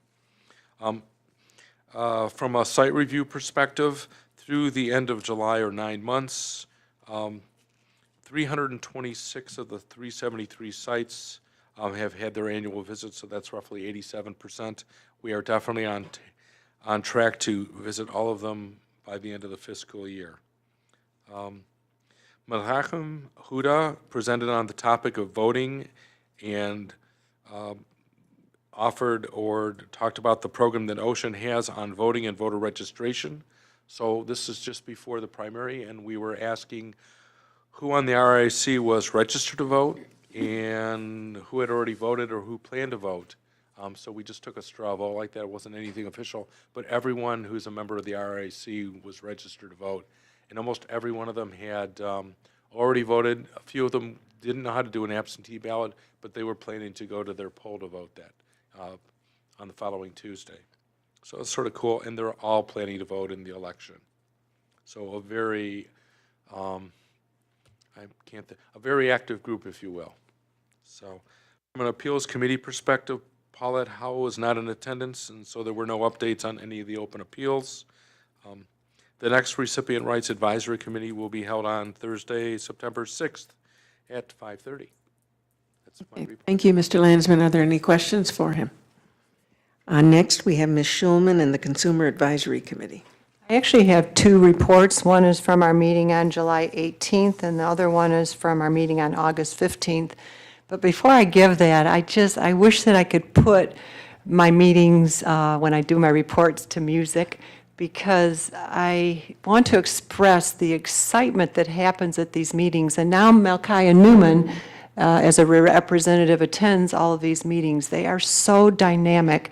They are what we talk about in this agency, where people come together, our citizens that we serve come together to share ideas, have conversations, and they are so enlightening and so stimulating. So I apologize that my reports aren't more flashy and glowing, but I must tell you, I hope that everybody listening tries to make the effort to come to our CAC meetings, and that the board members come, because it's a very inspirational way of sharing ideas. Having said that, our July 18th meeting, Christine Burke made a presentation, and I wanted to take a brief moment, because when Christine walks into the room, everybody at the CAC is so excited, because she always brings us breaking news, and her exuberance for our system and what we do is contagious. So sort of the things that she shared, and I know this is from July 18, so it's a little bit old, but at the time they were new things to the CAC. She gave us an update on the forming of advocacy work groups that will begin their work this September. The groups will include members of the community with lived experience. The intention of the advocacy work groups will be to educate our candidates before they take office. Currently, letters have been sent to the candidates, and they have been linked to our Oakland Community Health Network videos. Oakland Community Health Network is being visited by the U.S. Department on July 23rd and 24th as part of a study identifying innovative programs for the development of future jail diversion models and incentives. Only 5 communities across the country were chosen for this study. Diana, our past interim CEO, and our Chief Information Officer here, was honored by Cranes as being one of the notable women. And on that particular day, it hadn't been announced yet, so Christine brought it to the CAC, and everybody was so excited and happy for Diana. At that meeting, Paul Landry, who works at United Cerebral Palsy, UCP of Detroit, presented a PowerPoint entitled Working and Receiving Social Security Benefits, Disability Benefits. Paul is a benefits counselor. His presentation was detailed, but he took time to answer questions as they arose. And here again, Paul's presentation was extremely detailed and difficult to follow. The hoops that have to be gone through, the mathematics that go into having these services provided is quite intense. Paul took a lot of time to answer questions as they came up, and also gave his email and his direct phone number for future questions. Mike Daly shared with the CAC that the email list of persons the CAC keeps in touch with is 50 and growing. And that is really huge, because we keep in touch with people all over the country, all over the world, actually, who have worked in our organization and now are working in other parts of the world, such as, I believe, Australia. And those people still read what is going on in our agency, and even bring their comments back to Mike and back to the CAC. He said that My Commonwealth is continually being updated, and that's an excellent place to be looked at for timely reminders on things. A discussion took place about Michigan being reported by the Free Press as 4th lowest in the nation for special education programs. Many ideas were exchanged at the CAC with a hope that we can find a way to better provide for all our children's education. The August 15th meeting, in public comment, Cheryl Patel, a board member of the Oakland County, Michigan chapter of National Alliance for Mental Illness, NAMI, and a board member of Common Ground CAC, and she usually attends our meetings here. I was hoping she'd be in the audience tonight. Shared information about a commission on community health begun by the Farmington Hills Councilwoman Samantha Streckloff with the support of Farmington Hills Mayor Massey. The commission meets the 3rd Wednesday of each month. Their objective is the integration of physical and mental health treatment. I'm hoping to learn more about this. I reached out to the mayor's office and to the councilwoman, hoping to connect them with our agency, Christine Burke, to somehow work together collaboratively. Mike presented a comprehensive, thought-provoking, question-gathering summary update of 298. The CAC asked many questions in order to continue to advocate for the best network to serve our community. Liz Janowitz thanked members of the CAC for getting the vote out, which led to the passage of North Oakland Transit Authority and NOTO. Annette Downey came to speak to us. She was extremely enthusiastically received, and many of our members on the CAC know Annette from their years of her work in the community, and we were very excited about the things she brought to us. She shared her vision. She shared how she wants us to think more about how we speak about the people that we serve and to honor and respect those people. The CAC members suggested that Ms. Downey, who talked about listening sessions that she's going to be having, they suggested she also take those into the community. They will start out being here at the building, but hopefully they will go into the community at a future date.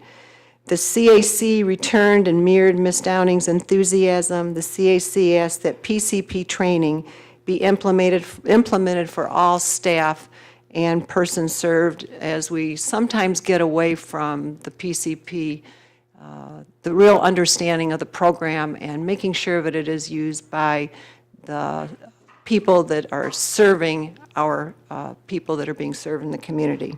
The next meeting of a CAC will be Wednesday, September 13th at 9:30 a.m. Thank you, Ms. Schulman. Are there any questions for Ms. Schulman? Okay.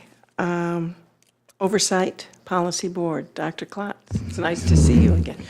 Lois Schumann, I'd like to say that contrary to your concerns, your presentation is always enthusiastic and glowing. So once again, you did that. Okay. Our last meeting was July 25th, and the first item of business was a new board member. The Oakland County Community Health Network introduced Ron Coleman as the newest Oversight Policy Board member. LaRon works for Turning Point Recovery Center as a recovery coach. He has a bachelor's degree in social work in 2018. He has worked in a therapeutic community for more than 10 years. Gambling training. The Oakland County Community Health Network, in collaboration with the Health Management Systems of America, sponsored training on June 14th and a focus on educating professionals regarding the diagnostic criteria, science, community resources available to addressing the problem of gambling. I want to say that therapists have a hard time dealing with people who have gambling problems because it can be very deceptive. It almost is like a cat and mouse. Did you gamble? Did you not? And it's a very elusive situation. And it used to be that we didn't know about any medications that could help people with that, but I do know of two that have been helpful, one of which is Wellbutrin, also known as Zyban, which we use for cigarette smoking, but that addresses the dopamine and pleasure for people. So by enhancing a person's pleasure, it helps substitute for the gambling. The other thing is Zoloft, which is a serotonin suppression reuptake inhibitor like Prozac, and it helps stabilize a person's serotonin level. So we get stabilization, we get pleasure, and that's a supplement to the behavioral approach that we use with people who have a gambling problem. And with that, we can have very good results. So something to look more into. There is a gambling hotline. It's 1-800-270-7117, 800-270-7117. Hepatitis A initiative, the Michigan Health Department, Human Services, in collaboration with the Center for Disease and Prevention, are working diligently to educate and involve providers in decreasing cases of hepatitis A. Education and testing are being provided by Oakland County Health Division for individuals enrolled in Oakland County Health Network-funded medication-assisted treatment. Injection drugs are considered a high-risk population and the priority for access to treatment services. 3 clinics were being offered a 6-month period at each of their medication-assisted treatment provider locations. Prevention, annual SINAR inspection. I always get excited when I make reference to this because it's always such a glowing success, and then we can have enthusiasm about a glowing report. Inspections occurred during the month of June throughout the state of Michigan. Federal legislation SINAR amendment requires the inspection of tobacco retailers for their willingness to sell to minors. These inspections are necessary to maintain funding levels for substance misuse, prevention, and treatment. If 20% more, if 20% more of tobacco retailers are found willing to sell cigarettes to minors in annual inspection, Michigan would lose 40% of its substance abuse prevention and treatment block grant funding. The result this year inspection, Oakland County resulted in 100% compliance rate of the 32 retailers in the Oakland County area. I mean, that is phenomenal to get 100%. Finally, we're always looking for new applicants for positions on our Oversight Policy Board. We're hoping to obtain members with ties to a faith-based community and an individual with prevention background. Anyone interested can submit an application to Christina or to the board or our secretary, and we're hoping, I mean, it's an exciting board, and I hope somebody would be interested in doing that. That's my report. Thank you. Thank you, Dr. Klotz. Are there any questions? Next that was your hand. I'm sorry. Next, we have our director's report.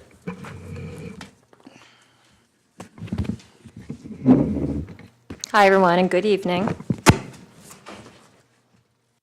I start, we're going to pass out a little treat to everybody in the room. I'm out for 2 reasons. One, it ties into my report. The other is I'm approximately 6 weeks in my new role, and I want to just tell everybody that I have felt so welcomed by each of you.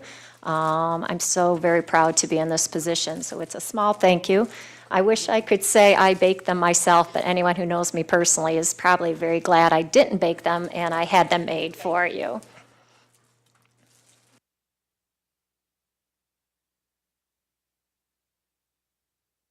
I'll go ahead and get started. So as I told you during my last director's report, I'm big on quotes, and I think you'll start to see a theme when I speak that I try to tie some kind of inspirational quote into each message. This one, this month, is by Lily Tomlin. I always wondered why somebody didn't do something about that, and then I realized I am somebody. This applies to a lot of areas of life, and it applies to the work that we do. When looking to make positive changes in the world, I believe it's important to start with oneself. In the upcoming months, the Oakland Community Health Network, will be examining the ways in which we serve people. We will be doing a lot of self-reflection to explore if the service methods we utilize today are helping people achieve their current and future goals. The other things we'll be exploring is that we want to make sure we're not only promoting that people have great services, we want to make sure we're doing everything we can to make sure those we serve have great lives. We are analyzing data related to where and how services are provided and asking ourselves if OCHN service models are innovative and meeting national best practice standards for excellence. OCHN has a very outstanding provider network and staff, and we are very well known both throughout the state and nationally as leaders in so many areas. With that being said, we can never become stagnant. We must continually strive for continuous quality improvement. We can never become stagnant in the work we do, and we can never become stagnant in thinking that our goal is to maintain people. We want to see people's lives improve. We want to see outcomes such as those that were shared today on all levels so that all of our service models are achieving great things for those we serve. And I did make the commitment to the board that our presentations would be focused on how these changes we're making impact people's lives in positive ways. So I don't want us to become stagnant. In addition to reviewing our service outcomes, we also need to be moving forward with anti-stigma initiatives. So an anti-stigma initiative that we are rolling out is being labeled and called hashtag less labels, more respect. We will be taking the lead in eliminating stigma by committing to describe the people we serve in a manner that brings about empowerment and promotes the ultimate self-pride. We don't want to use any terminology that potentially separates us from them and makes somebody feel less than in any way. It is my hope that every stakeholder in Oakland County will start to notice a change in our language, in the way we, Oakland County Community Health Network staff, speak, as well as in our forms, in our policies, and in our electronic healthcare record. For example, instead of our internal documents saying consumer name and con ID, we will start using simply name and ID. Another example would be when we're referring to person-specific scenarios. Instead of saying, we have a case, yada, yada, yada, we are going to say, we have a person who needs yada, yada, yada.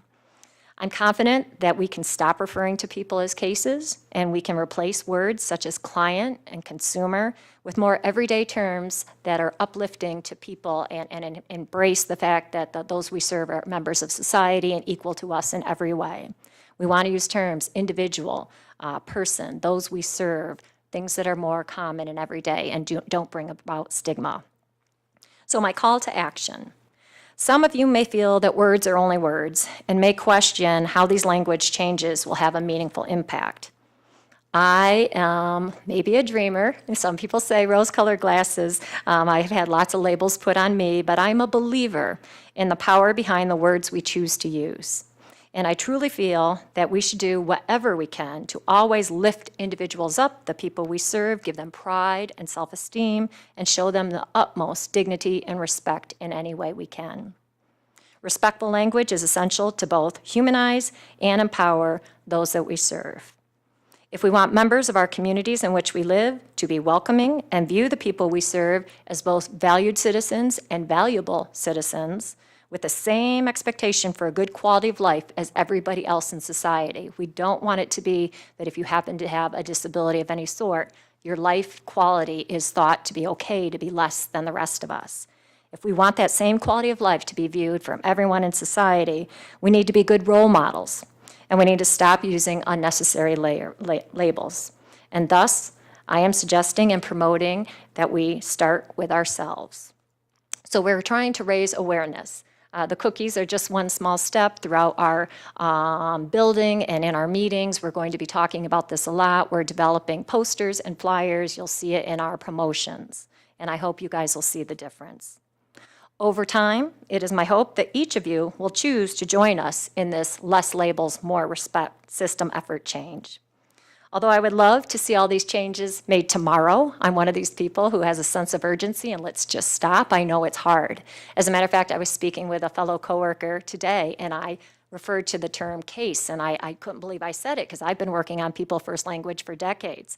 But I know the way we can change this is increasing awareness and catching ourselves when we're using terms that aren't as respectful as they possibly could be. So I realize it will take time to fully make the shifts we want to see. However, I believe there is no better time to start than the present.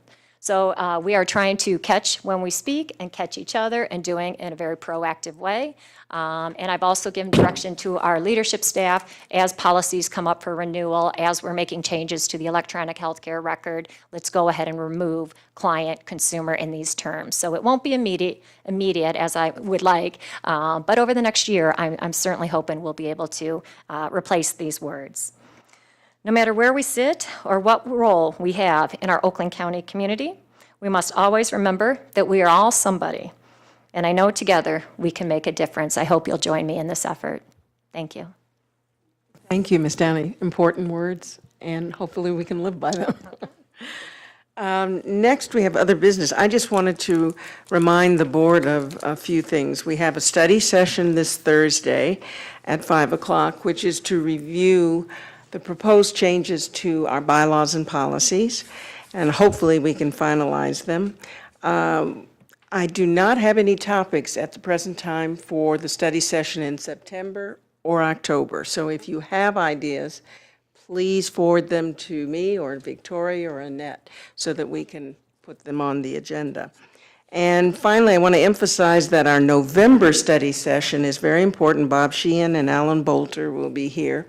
And it's on November 29th.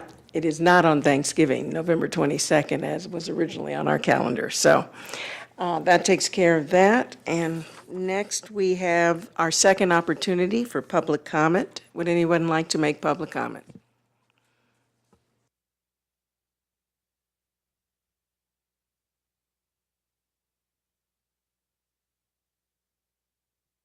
Good evening. Could you please state your names? My name is Bob McCreevy. I live in North Oakland County. I am a member of AMI, Alliance for the Mentally Ill. And our meeting this month will be Challenges of the Mental Health System. It'll be an open discussion with Representative Debbie Dingell. That will be this Thursday, August the 23rd. The doors open at 7 p.m., and it is in the Royal Oak Beaumont Hospital. In February of this year, I spent 4 days in Washington with the UAW CAP, Community Action Program. We were there with about 1,100 people, and the number one thing on the list for the UAW to lobby for was no cuts to Social Security, Medicare, and Medicaid. Now, I am just deeply disturbed in our country to see it so divided over the providing of mental health systems. Mental health does not know boundaries. And we're watching and witnessing Lansing with their effort to privatize, and Washington with their urgency to cut Social Security and Medicaid, that they're in a race to the bottom in their effort to eliminate the mental health system as we know it in this country. While I was walking the halls of Congress, and they're mighty long halls to walk in, it's a lot different than Lansing, I went into Debbie Dingell's office and asked if she would have time to talk with me. And they looked at me and they said, well, she's in a meeting in the office on the right, and she's in a meeting in the office on the left, and she's working between both of those. So if you will sit down on the couch in the middle, we will let her know that you're here. So they did that, and I sat there, and in a few minutes, she came out and plopped down on the couch right beside me and said, okay, what do you need? And at the time, I had a flyer from Macomb County announcing a mental health town hall meeting that we were having there, and we discussed that. And then we talked about our plans that it was in the works that we were going to have 2 mental health town hall meetings in Detroit and Wayne County. So in our discussion, she said, when you get to Wayne County, Detroit, I want to be part of the planning. And so she sent a representative to the planning meetings that we had in Wayne County, and we've recently had 2 town hall meetings there. Now, for the last 4 days of last week, my wife and I spent on the phone. And we were calling legislators from Lansing to Washington. I mean, 4 full days on the phone, sending emails of the flyer that we have to announce our meeting and inviting the congressman to come and attend this meeting with Debbie Dingell. Now, I am here inviting all of you. Would you please come to our meeting this Thursday? It is quite an honor to have Debbie Dingell come here and present at our meeting. And we need to fill the room. So every one of you, if you would please come to our meeting and enjoy yourselves and have your questions. It's supposed to be an open discussion with Debbie Dingell, and as you probably know and have heard her, she's quite a talker. So anyway, hopefully I will see everyone in this room there. Thank you. I don't normally respond to public comment. I know our CEO is going to attend, but we do have a meeting that night. That's what I just announced. If we get out in time, then I'm sure some of the members will make an effort to attend. You can cancel. Okay. Okay.